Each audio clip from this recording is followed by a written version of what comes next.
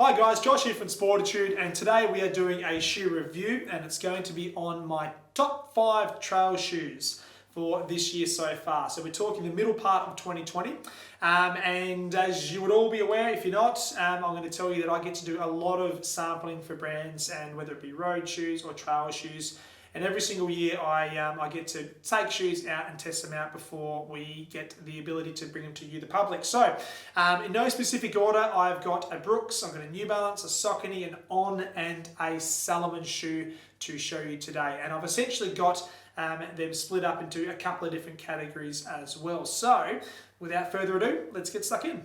So first things first, I want to touch on the trail shoes that I've enjoyed running in when I'm looking for a lot more cushioning. So it could be potentially a longer trail set that I'm going to be doing, or my body's a bit sore, a bit broken, and I want to just lean on the extra cushioning support that this particular trail shoe will offer me. So when I'm looking for that specific shoe, I'm gravitating towards none other than these two at the moment. The Brooks Caldera 4 and the New Balance More Trail.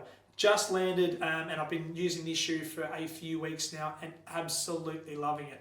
So you can see straight away, even to the naked eye there, they've got plenty of foam underneath the foot. So I really enjoy running in these when I'm seeking additional cushioning. When I'm going for my longer trail runs and I'm really looking to protect my body, protect my knees and hips, I certainly like running in these. I pull up quite well after a trail set in these. So there's so much to like about them in terms of the enjoyment factor underneath the feet. Now, they're not heavy by any means. There's certainly other heavier trail shoes in this category, but they're not the lightest as well. So I would never grab these if I want to feel fast and snappy on the trails, but certainly a shoe that I feel super confident in with regards to running off-road. Now, a couple of subtle changes in regards to the shoes. So I suppose you can probably see it there. The New Balance More is a very generous shoe in regards to the width. It is a 2E width, and that's all that we got on offer here in Australia at the moment. It probably fits, or does fit a bit wider than a 2E. Now, I sometimes gravitate between D and 2E depending on the shoe. So in theory, this should be okay for me, but I found it to be a little bit wider. So I like that because on the market right now, max cushion, neutral base, there's not a lot of really good shoes that come in wider widths available to the runners here in Australia. So it's super. It gives me a great deal of confidence to know that we've got some broad options available to the running community out there. So I'm really pumped about that shoe. I first got my Calderas around about 4 months ago, thereabouts. And straight away when I got this shoe on my foot, it actually had a bit of a combination of cushioning and response. And it was a super comfortable shoe when I was actually doing all-terrain running. So out my door, roughly about 6.5 Ks from a very popular trail run here at home, and running on bitumen and pavement to get to the opening of that trail is absolutely fine. The grip itself is worn pretty well, and in terms of the overall structure and support on road, it performed nicely on the foot. As I said, touched on before, plenty of cushioning, but it's got a good combination of the dampening impact and the responsive impact as well. So if I do want to pick up the pace of the trails, I certainly feel a bit more confident doing it in this shoe than I do this shoe through here. Not saying you can't run fast in it, but I just like the way this shoe feels on my foot for my long trail runs and also those shorter, quicker ones if I'm wanting some cushioning as well. Both neutral lasted, so there's no additional medial post on either of these shoes. It's going to complicate things with my running gait. Great strong uppers, very breathable, which is good for trail, and I am liking these two shoes at the moment. Love them actually.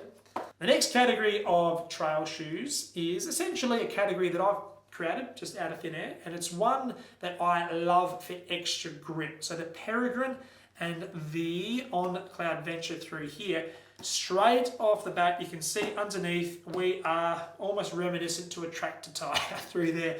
There is so much lug and traction support for uphill, downhill, with both of these shoes. So they're not as cushioned as the previous versions I just spoke about, but certainly have an element of padding to them. So what I mean by that is both brands have executed their midsoles to be relatively low in drop, but a 6mm drop, and you're talking a 4mm drop here from Saucony.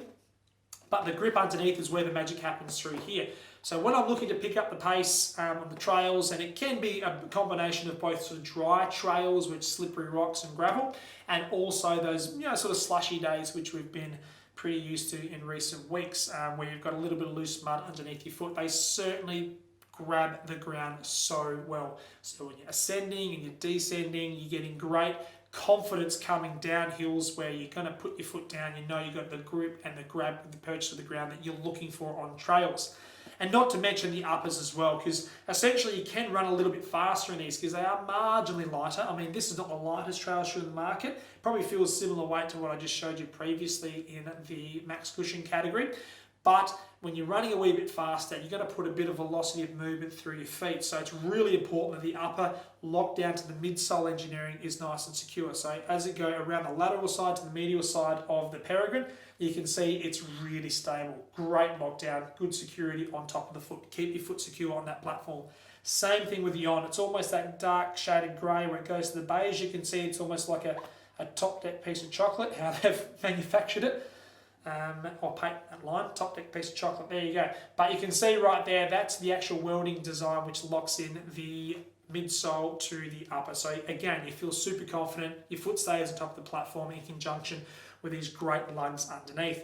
I suppose one small criticism I did find with this, and I'm saying small criticism, I did get a couple of rocks stuck in through here, but it didn't stick around for too long, 2 or 3 steps and bang, they fell out. But it was something that I did notice, but not enough for me to not want to run in this shoe. I love what this shoe does for my foot. So yeah, both of these super, super grippy, great confidence, both dry and wet trails. Love them. The next shoe I'm going to talk about is a shoe that is just a consistent performer. It's the Sensoride 3 from Salomon.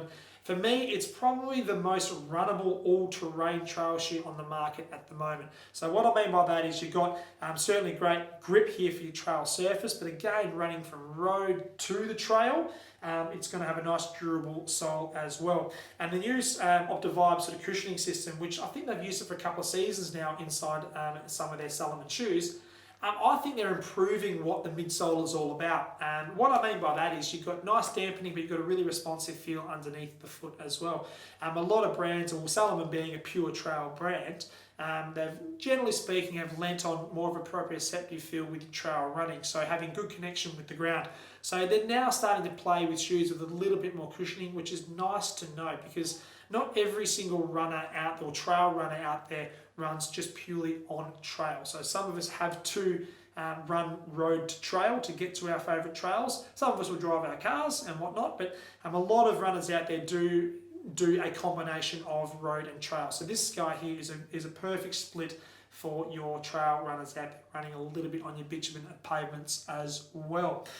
All the shoes that I've covered today all built on a neutral last, and that is very common with the trail running shoe market at the moment. There is a handful of shoes that have a little bit of arch support on the medial side, but when you're talking pure trail shoes, more often than not, they don't overcomplicate things with arch placements because every single foot strike is going to be different from the previous foot strike when you're on the trails, and that's because of the amount of variability that comes into play.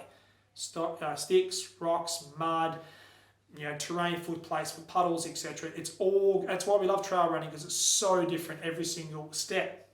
So therefore, brands don't overcomplicate the midsoles with the amount of arch support they put in them.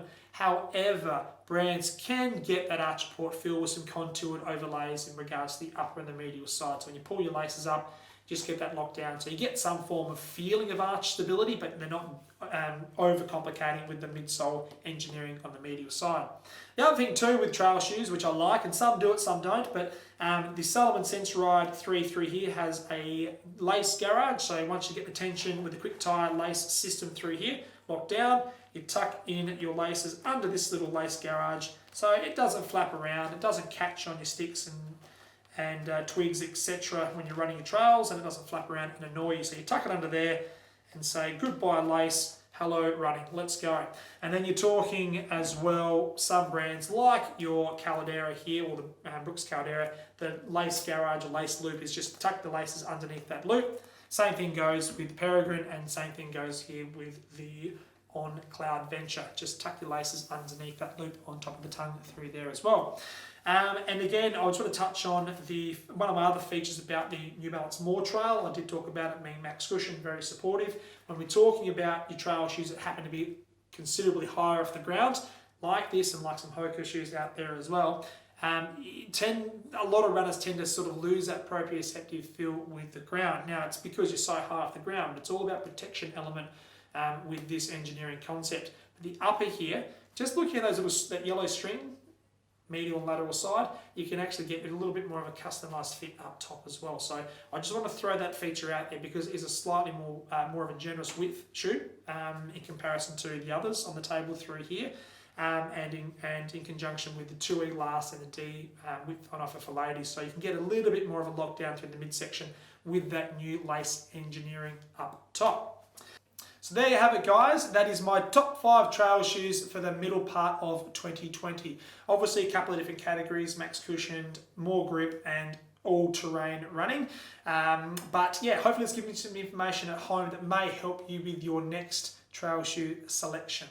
Now, if you haven't subscribed to our channel, please do hit the red button. If you've got any questions on any of these trail shoes that we've covered, or you've got any of your own comments, maybe in and around the shoes we've talked about today, please drop it in the comments field below. Until next time, happy running. We'll see you on the trails. Take care.